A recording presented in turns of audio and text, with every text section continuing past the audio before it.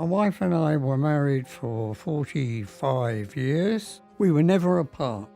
I used to nurse my wife because she had cancer. I did a magician act and came home and felt very tired. Then I phoned up the doctor and he took one look at me and said, "You've got to go to hospital." Now this was very difficult because my wife was now left here on her own. My wife was supposed to go into a nursing home for a respite care, but they decided to take her into hospital. So I didn't see very much of her, but they did bring me over actually on the day that she passed away, and I saw her and I sat there with her for about an hour or so, and they said, "Well, she's gone, you know. We think she was waiting for you."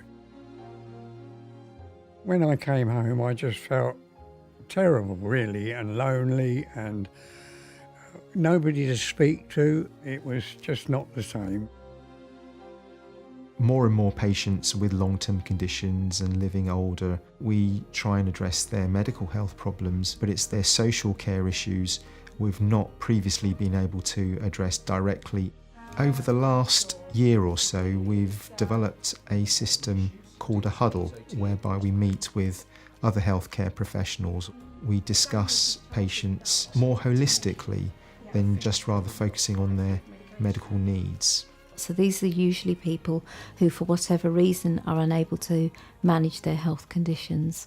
Silverani came from Age UK and visited me sometime in January and suggested that she'd like to work with me and see where we could go from there. Robert's goal was to live more independently in his home, and initially he was saying, I can't get out, I can't do anything, I'm trapped up here. I stayed in bed really for a couple of months. I used to walk to the top of the stairs and look down the stairs and think, no, I can't do it, I can't do it. And then one morning I thought, right, I've just got to walk straight out of the room and straight down the stairs.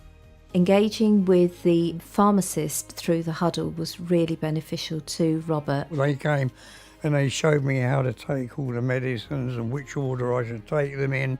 Robert was improving his mobility, but it was very cold, and that was because he didn't have heating in his home.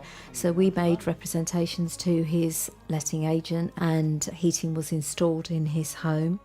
Since the intervention of the huddle, and in particular the support of the PIC, Robert has become more independent. We've noticed his use of our service has lessened. He doesn't require an ambulance to take him to hospital appointments. This feels like the right thing to do. This type of work should be rolled out more widely to support more and more potential patients like Robert.